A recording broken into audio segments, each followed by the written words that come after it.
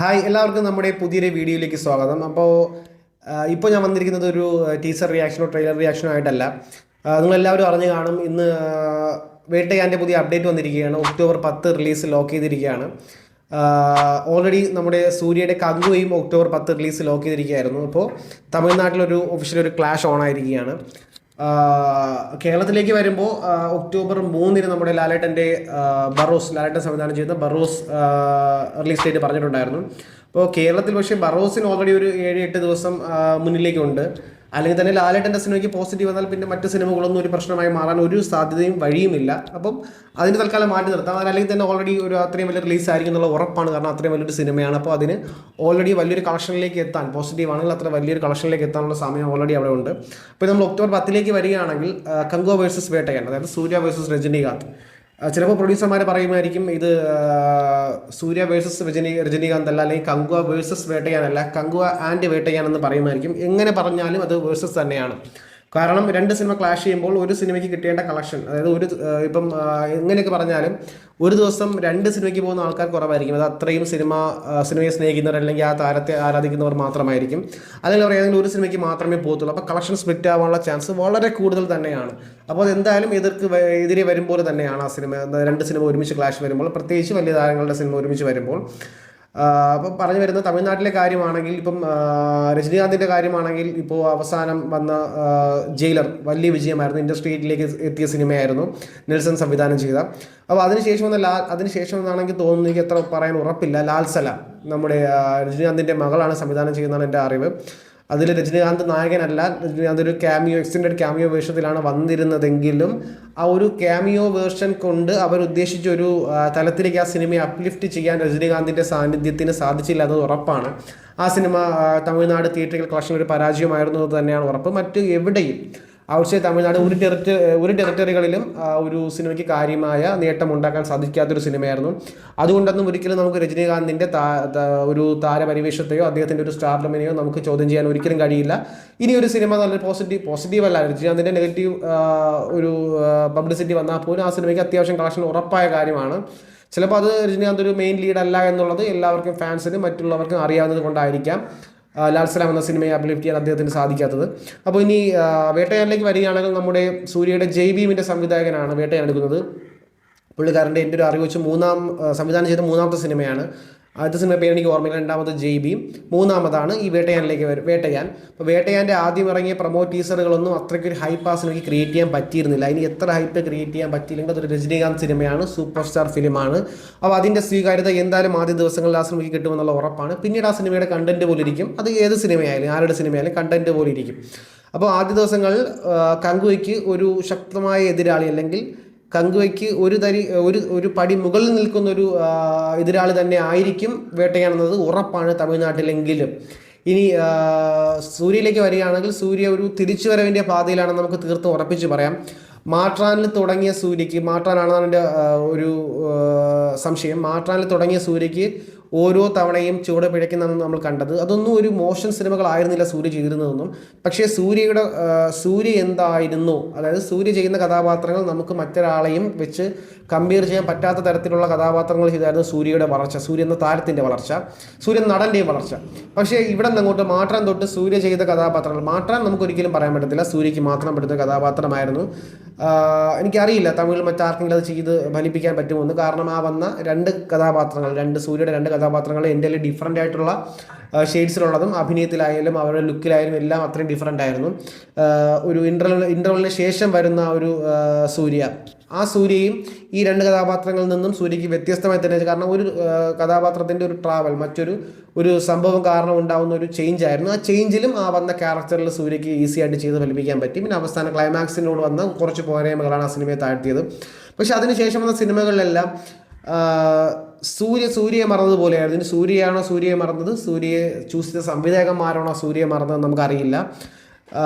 സൂര്യ demand ചെയ്യുന്ന ക്യാരക്ടറുകളോ തിരക്കഥകളോ ആയിരുന്നില്ല ആ നടന്ന സിനിമകളെല്ലാം.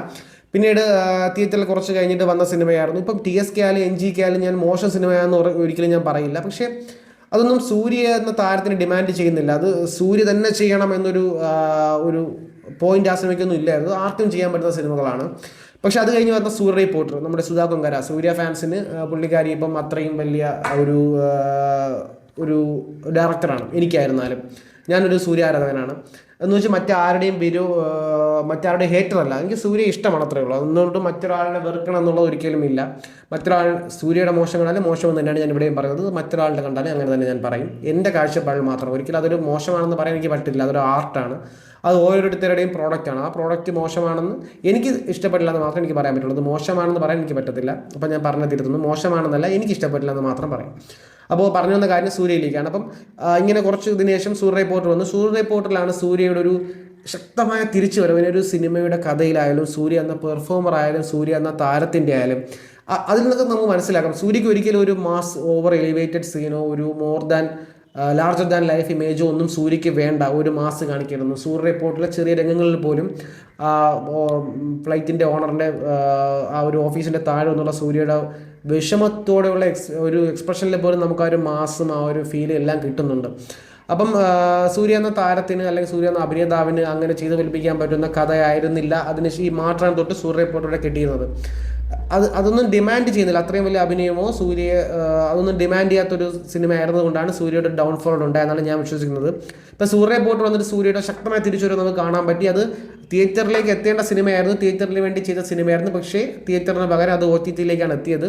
പക്ഷേ അത് OTT എത്തിയത് ഒരു പരിധിവരെ സൂര്യയ്ക്ക് നല്ലതായിട്ട് മാത്രമേ വന്നിട്ടുള്ളൂ. കാരണം ഒരുപാട് പുതിയ ആരാധകരെ സൂര്യയ്ക്ക് ഉണ്ടാക്കിയെടുക്കാൻ പറ്റിയിട്ടുണ്ട്. പുതിയ ഒരുപാട് ടെറിട്ടറികളിൽ ആ സിനിമ എത്തിപ്പെട്ടു. ഒരുപാട് പേർ, പുറത്തുള്ളവരും ഇന്ത്യക്കകത്തുള്ളവരും ഒരുപാട് പേർ ആ സിനിമയെ പറ്റി അഭിപ്രായം പറയുന്നത് ഞാൻ പല സോഷ്യൽ മീഡിയയിലും കണ്ടിട്ടുണ്ടായിരുന്നു. അതിനുശേഷം ജെ ബി ഇതുപോലെ തന്നെയാണ്. അങ്ങനെ ഒരു കഥ എടുക്കാൻ കാണിച്ച സൂര്യയുടെ മനസ്സിനും ആ സൂര്യ എന്നൊരു നടന് ഞാൻ ആദ്യം നന്ദി അറിയിക്കുന്നു. കാരണം അങ്ങനെ നടന്നൊരു ഇഷ്യൂ, ഒരു യഥാർത്ഥത്തിൽ നടന്നൊരു ഇഷ്യൂവിനെ സൂര്യ പുറം ലോകത്തേക്ക് കൊണ്ടുവന്ന ഒരു രീതി വളരെ മനോഹരമായിരുന്നു. ഒരിക്കലും സൂര്യ എന്ന താരത്തെ ഒരു വെച്ചുകൊണ്ടുള്ള സിനിമ ആയിരുന്നില്ല ജെ ബി. അത് സൂര്യ എന്ന നടനെ, അല്ലെങ്കിൽ ഒരു സൂര്യ എന്ന മാത്രമല്ല സൂര്യ ആയാലും അതിൽ അഭിനയിച്ച മറ്റുള്ളവരെയും എല്ലാവരുടെയും ഒരു ചേർന്നൊരു സിനിമയായിരുന്നു. അങ്ങനെ ഒരാളിനെ മാത്രം ഹൈലൈറ്റ് ചെയ്ത് കാണിക്കുന്ന സിനിമ ആയിരുന്നില്ല ജെ ബി. അപ്പം ആ സിനിമയും അത്രയും വലിയൊരു സ്വീകാര്യത സൂര്യയ്ക്ക് പല നോർത്ത് ഇന്ത്യയിലായാലും എല്ലാ സ്ഥലങ്ങളിലും സൂര്യയ്ക്ക് എത്തിപ്പെടാൻ സാധിച്ചു. അപ്പോൾ അതും OTT വന്നത് നന്നായി എന്ന് തന്നെയാണ് എൻ്റെ അഭിപ്രായം. അതിനുശേഷം വന്ന എതിർക്കും തുനിന്തവൻ, ET എന്ന പേരിൽ വന്ന എതിർക്കും തുനിന്തവൻ അത്രയും എനിക്ക് ഫേവറേറ്റ് ആയിട്ട് സിനിമയല്ല. സിനിമ വാണിജ്യപരമായ വിജയമാണെന്ന് ഞാൻ വിശ്വസിക്കുന്നു. അങ്ങനെ എവിടെയോ ഞാൻ വായിച്ചതുപോലെ ഓർക്കുന്നു. എന്നിരുന്നാലും എനിക്ക് അത്രയും പേഴ്സണൽ ഫേവറേറ്റ് സിനിമയല്ല. അത് ഒരു യൂഷ്വൽ ടിപ്പിക്കൽ തമിഴ്നാട് ഫിലിം പോലെ എനിക്ക് തോന്നി. അതും ആദ്യം റൂമറുകളിൽ അത് യഥാർത്ഥം നടന്ന സംഭവമാണെന്ന് പറയുന്നു. അങ്ങനെ യഥാർത്ഥം നടന്ന സംഭവമാണെങ്കിൽ പോലും അതിനെ ചിത്രീകരിച്ച രീതി എനിക്ക് അത്രയും പേഴ്സണലി ഫേവറേറ്റ് ആയിരുന്നില്ല. ഇപ്പം അതിനുശേഷം വരുന്ന സൂര്യയുടെ 2.5 വർഷത്തിന് ശേഷം വരുന്ന സിനിമയാണ് കങ്കുവയ്ക്ക് വേണ്ടി സൂര്യ ഒരുപാട് സമയം, ഏകദേശം ഈ 2.5 വർഷത്തോളം സൂര്യ അതിനു വേണ്ടി എഫേർട്ട് ഇട്ട് നിൽക്കുകയാണ്. സൂര്യ മാത്രമല്ല, എൻ്റെ സംവിധായകൻ ശിവയായാലും പ്രൊഡക്ഷൻ ജ്ഞാനവേൽ രാജയായാലും അതിനൊപ്പമുള്ള നമ്മുടെ എല്ലാ ക്രൂ മെമ്പർ ആയാലും എല്ലാവരും ആ സിനിമയ്ക്ക് വേണ്ടി അത്രയും എഫർട്ടോടെ നിൽക്കുകയാണ്. അപ്പോൾ ആ സിനിമ വന്ന അതിൻ്റെ അപ്ഡേറ്റുകളെല്ലാം ഓരോ പോസ്റ്ററെല്ലാം അത്രയും മികച്ചതായിരുന്നു. അതിൻ്റെ ഇപ്പം ലാസ്റ്റ് വന്ന, ഇപ്പോൾ അതിന് മുന്നേ വന്ന സിസിൽ ടീസർ ആയാലും ആദ്യം വന്ന ഗ്ലിംസ് ആയിരുന്നാലും ഇപ്പോൾ വന്ന ട്രെയിലർ ആയാലും എല്ലാം എല്ലാ ആരാധകരെയും ആ സിനിമയിലേക്ക് വലിച്ച് ആകർഷിക്കുന്ന ഒരു സംഭവം തന്നെയായിരുന്നു. ഇപ്പോൾ ട്രെയിലറിന് നമുക്ക് ഒരു നെഗറ്റീവ് റിവ്യൂ നമുക്ക് എവിടെയും കാണാൻ സാധിച്ചിട്ടില്ല. അതിൻ്റെ മേക്കിംഗ് ആയാലും VFX ആയാലും എല്ലാം അത്രയും മനോഹരമായിരുന്നു. അപ്പോൾ ആ സിനിമയ്ക്കും ആ സിനിമയുടെ കണ്ടന്റ് ബേസ് എനിക്കൊന്ന് സൂര്യ എന്ന താരത്തിന് ഒരിക്കലും രജനീകാന്ത് എന്ന താരത്തിന് തമിഴ്നാട്ടിൽ വെല്ലുവിളി ഉയർത്താൻ സാധിക്കില്ല എന്ന് തന്നെയാണ് ഞാൻ വിശ്വസിക്കുന്നത്. പക്ഷേ തമിഴ്നാട്ടിലേക്ക് വരുമ്പോൾ തമിഴ്നാട്ടിലെ ഇൻ്റർനാഷണൽ ലെവലും ഇനിയിപ്പം നമ്മുടെ കേരളത്തിലെ എല്ലാ സ്ഥലത്തും കങ്കുവ എന്ന കണ്ടന്റ് അത് വേട്ടയാനൊരു വെല്ലുവിളി ആകാൻ സാധിക്കും, പോസിറ്റീവ് ആണെങ്കിൽ എന്ന് ഞാൻ വിശ്വസിക്കുന്നു. അപ്പോൾ എന്നിരുന്നാലും ഇതുപോലുള്ള വലിയ സിനിമകൾക്കൊപ്പം അതിപ്പോൾ വേട്ടയാനെതിരെ കങ്കുവായാലും കങ്കുവയ്ക്ക് എതിരെ വേട്ടയാനായാലും അങ്ങനെ വരുമ്പോൾ റിലീസ് ഡേറ്റ് ഒന്ന് മാറ്റി വെച്ചാൽ 2 സിനിമയ്ക്ക് നന്നായിരിക്കും. ഒരാൾക്കല്ല 2 സിനിമയ്ക്ക് നന്നാവും. കാരണം ഇതൊരു ഗാംബ്ലിംഗ് ആണ് സിനിമ എന്ന് പറയുമ്പോൾ. നമുക്ക് ആർക്കും സിനിമയുടെ ഒരു വിജയത്തിലുള്ള എക്സ് ഫാക്ടർ ആർക്കും അറിയില്ല എന്താണെന്നുള്ളത്. അങ്ങനെയാണെങ്കിൽ ലോകത്തിറങ്ങുന്ന എല്ലാ സിനിമകളും വിജയം മാത്രമായി മാറേണ്ടതാണ്. അപ്പോൾ സിനിമ ഒരു ഗാംബ്ലിംഗ് ആണ്. അപ്പം അത്രയും കാശ് മുടക്കുന്ന പ്രൊഡ്യൂസറിനെ കൂടി നമ്മൾ മാനിക്കേണ്ടതാണ്.